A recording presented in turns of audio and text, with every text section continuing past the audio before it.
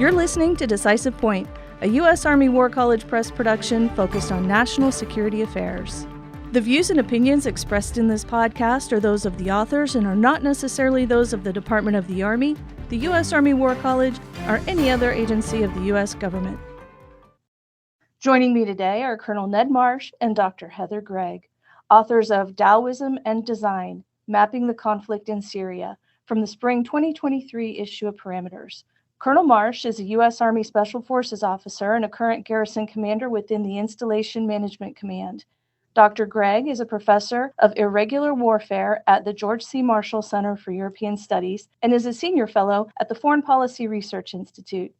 Welcome to Decisive Point, Ned. Welcome back, Heather. It's great to be here. Thank you. Good morning. Thanks for having us on. Your work says, combining the fundamentals of Taoist philosophy from the ancient literary work of the Dao De Jing with the U.S. military design process offers a new perspective with which to analyze problems, devise management strategies, and plan military operations. Tell me more. How so? The Tao is what we see as an alternative perspective to a Western mindset. The Western mindset tends to see life as linear, objective-based, a realm of cause and effect. Instead, the Tao sees life as a constant flow of events, with some things that are in our control and most that are out of our control. The philosophy emphasizes the continuous nature of being, that people flow through life around obstacles like water would around a stone in a river. I think the simplest summary is that we should worry about the things we can control and not worry about the things that we cannot. There's four fundamentals. The first is that there's no permanent reality. So our reality is an endless, continuous stream of interactive situations. The second is that every event is the result of the interaction of all the preceding events. It's never ending. It's a ceaseless development of new context. And this limits the value of concepts such as linearity, cause and effect, and prediction. Third is that we only see life from the perspective that we are in it. We're the water in the river. We're not standing on the shore looking at the water. Those fundamentals, they describe the reality. The fourth describes how we fit into it. The good news is that we have agency. Our path isn't predestined. Our actions can shape the future and influence our environment. So if we recognize these realities, and then we cultivate ourselves, our organizations, and our environments to foster success, we can create emergent opportunities, and then we can be successful. Heather, did you want to weigh in on this too?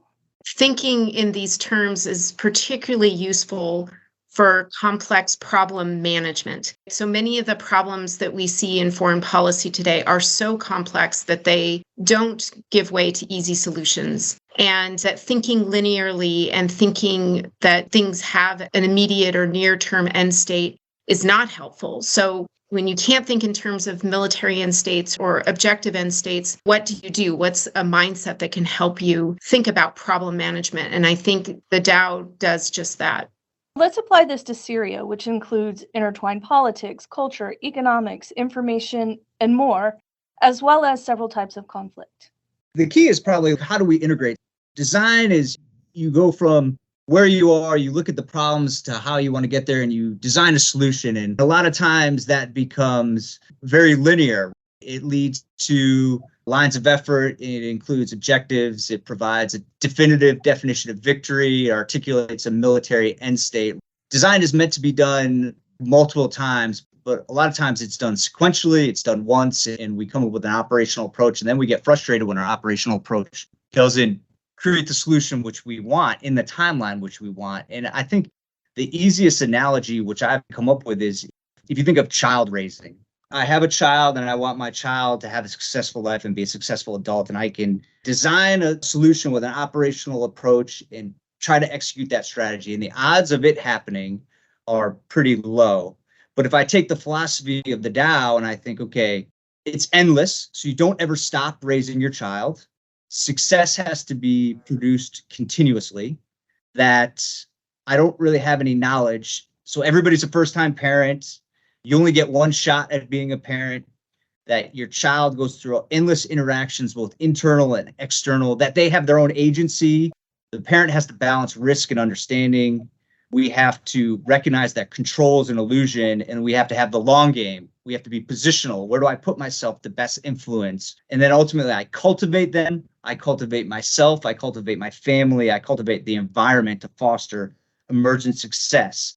You take a structured design process to get there, ends, ways, means, let alone if I step outside of child rearing and I go to a military problem like Syria, where you have adversaries who are trying to keep you from achieving your goal, your future vision. The Dao allows you to take those two things and combine them together so you can iterate, you can adjust, you can be in the flow. I wanted to kind of get that out before we dove into how do we apply the philosophy and design together when you talk about a problem like Syria, which doesn't really have set solutions because of interdependency. I'll pause there. I'm not sure, Heather, if you want to add a little context to that. What's so fascinating about the conflict in Syria is how intractable it seems right now. I'm sure most of our listeners are well aware that there's been a civil war since 2011. You had the emergence of the Islamic State within Syria, but then also in Iraq, you had the decline of the Islamic State or the demise of the Islamic State, but you still have ISIS present. You have Turkish interests, you have Israeli interests, you have Iranian interests and Iraqi interests and United States all in there. And Russia, I think, as I mentioned, all competing for security control, competing for resources, competing for bases and populations and access. So how to address these problems and understand what can we change and what can't we change becomes crucial. We don't want to waste resources and time. We also don't want to make the situation worse. And so thinking in these terms that Ned outlines are particularly important for thinking about what we can influence and what we can't. There's three interdependent problems which constrict solutions in Syria. First, the Assad regime has survived. They continue to survive because of external support. Two, the United States were unable to help the Syrian Democratic Forces establish dominant positions because Turkey, a NATO ally, an ally of the United States, they're steadfastly anti-SDF. Third, there's significant support for the Assad regime, that they have Iranian support, that they get Russian support. Those are also super interdependent with regional and global geopolitical implications for the United States. And Kurdish fracturing internal is a significant problem. And so the United States can't solve the solution of keeping the Syrian Democratic Forces in position and appeasing allies, the ally Turkey. That's got to be managed any more than it can push Iran or Russia out of Syria because that's interdependent with other problems, which it can't solve there. And so instead of frustrating ourselves on those, the Dao would seek to foster an environment which you can influence and manage that problem. Dao planners should recognize what's in control and what's not, what can be influenced and what can't. Success is not a one-time proposition, like I stated. Anything which we would do in Syria, we would have to continue to do. There would have to be a solution in there. We would have to recognize that there's no knowledge, that despite our limited understanding, that we still can manifest success, even if we don't necessarily know how. And that ultimately that there's no end state in Syria. So planners have to view that as an opportunity. What can the U.S. government do? If you look at it from the perspective of how the Middle East coordinator, Brett McGurk, has described it, is avoiding maximalist goals, timelines, and objective end states, and then getting back to basics of partnership, alliance, and patience, and understanding that through the use of hard and soft power across time and space and throughout the Middle East, they can reinforce mutual goals. By creating an environment in Syria, you protect Iraq, you help Lebanon, you protect your allies in Jordan, interests in Saudi Arabia, and your integrated strategy becomes more holistic. You just answered my next question. How would Daoism and design work in Syria? Heather, did you want to add to that? This article has taught me that these are practices we're not particularly good at in the United States. Things like patience, things like realizing that we can't fix the problem in the near term and waiting for emergence, waiting for an opportunity that might change the dynamics and might allow us to take other actions. I particularly want to underscore the point that Ned made about building partnerships, getting back to the basics and working with partners and allies, because certainly this is a conflict that we can't unilaterally fix. And that's deeply important. It really is a merger of philosophy, a way of thinking with a methodology. Design doesn't just lead us to the solution. It's a great tool to get us to think conceptually, but you have to have an aligned philosophy with it. So problems are linear. You can see a solution, I can design, I can apply resources, I can get there. Other problems are much more complex and complicated, an interdependence requires that you be a little bit more agile, a little bit more flexible with things like timelines, that sometimes you balance action with inaction. Sometimes maybe I don't want to do something somewhere because I don't know what the effect is going to be. Let me allow things to develop in course. And then ultimately that I have some humility in what I know and what I think I know and what I can do and what I can't do. But if you cultivate yourself, you cultivate your organization, you cultivate your relationships, and you cultivate the environment to become a place where things can grow that can foster emergent success, that you can be successful. Any final thoughts you'd like to share before we go?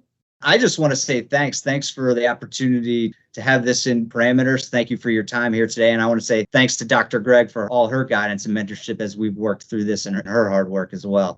I want to say thank you too for this opportunity, and Colonel Marsh for all that you've taught me in this process. I would just close by saying that we're in an age of strategic competition where things like victory and near-term end states just aren't viable. This is not the kind of security environment we're in. And so applying tools like Daoism with design helps us to think about, what does problem management look like in the age of strategic competition? And what should we be focusing our attention on? How should we be building partnerships and alliances, practicing humility? All these things that Colonel Marsh said, I think, are just deeply important in an age of strategic competition. Listeners, you can download this and dig into all the details at press.armywarcollege.edu/parameters. Look for volume 53, issue 1. Ned and Heather, thank you so very much today. This was really interesting, and all the effort you put into actually coming together to make this happen is much appreciated. Thank you, Stephanie. Thanks, Stephanie.